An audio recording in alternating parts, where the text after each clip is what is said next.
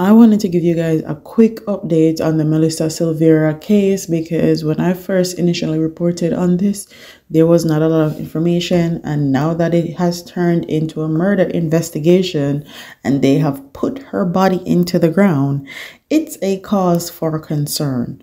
So it says 9 years ago, friends and family of Melissa Silvera gathered at the St. Andrew Parish Church to witness her wedding to former Member of Parliament Jolyan Silvera. Yesterday, Jolyan and her relatives and friends congregate at the same church, but for a much more somber occasion to bid goodbye to the woman they described as a force of nature. Melissa died on November 10th. Initial reports were that she died in her sleep. However, the police have since opened a murder investigation into her death. 3 bullet fragments were found in Silvera's body. No suspect has been named in her death. Jolyan cries silently for most of the ceremony while also trying to console their sons, who broke down at various points. Quoting verses from 1 Corinthians 13, which exalts the verses of love, Cynthia Silvera, Jolyan's mother, who read the remembrance on his behalf, said Melissa exhibited a rare combination of composure, articulation, and exceptional intelligence since she was a child. Her story, woven into the fabric of our community and our family, unfolded with grace, determination, and brilliance that illuminated every corner of our lives, she wrote. As a wife and mother, she said Melissa's dedication was unparalleled, and as she approached her duties with an unwavering commitment, from the smallest milestone to the significant life events, she stood by our sons with a radiance of pride and joy. As we navigate the void left by her absence, your physical absence, I am committed to carrying forward the flame of your love, ensuring that your legacy flourishes in the hearts of our sons and the countless lives you have touched, she continued. Melissa was 42 years old and a former student of Immaculate Conception High. She pursued a chemical engineering degree from the University of Virginia in the United States. After graduating and returning to Jamaica, she gained employment at the state-owned refinery Petrojam as a process engineer in the refinery department and was later promoted to marketing and economics coordinator in the logistics and marketing department. She was not just an employee, but also an integral part of the tapestry that makes Petrojam unique. The recollections shared by her former Petrojam colleagues speak to her unique and distinctive character, a tribute from the agency where she worked from 2003 to 2008, read. But Cynthia said Melissa had a dream to build her own logistics hub in St. Thomas.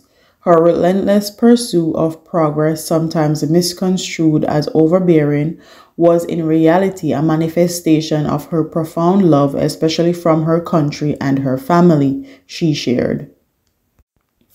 Former Prime Minister of Jamaica, P.J. Patterson, who described Melissa as his niece in his written tribute, expressing lingering struggles of coming to terms with her death. For obviously compelling reasons and my own feelings of loss, this tribute ranks among the most difficult to write.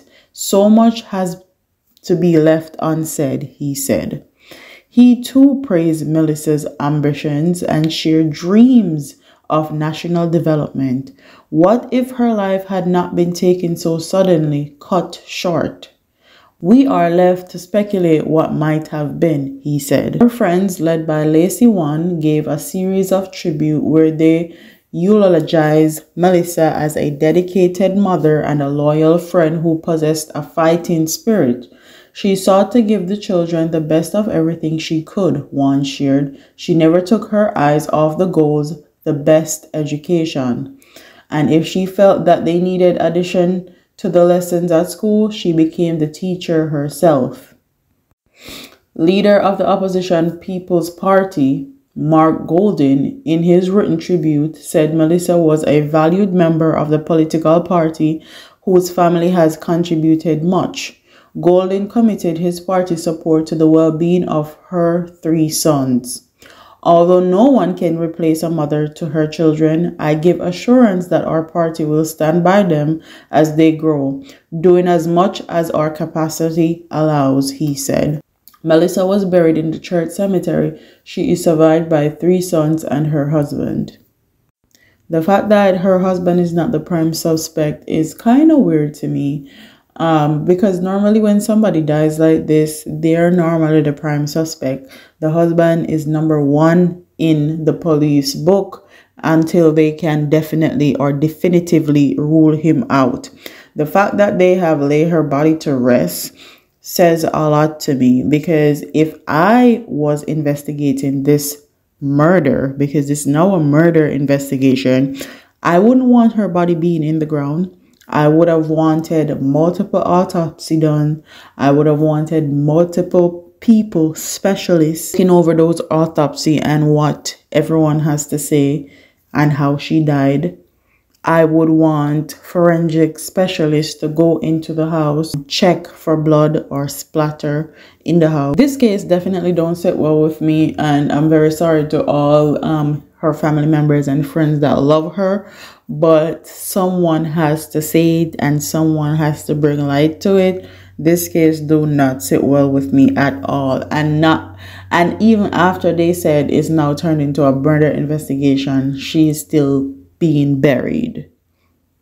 I hope the police who are investigating this are investigating it to the best of their abilities, and they don't think that they're going to just sweep this one under the rug, because a lot of people are watching, a lot of people are looking, and a lot of people are searching for answers. Because as you guys see, she was a integral part of Jamaican society. To work at a esteemed place like Petrojam is no small feat, and the fact that her life was cut short in such a manner and people told lie that she died in her sleep peacefully, and now we're learning that she had 3 bullet fragments in her body.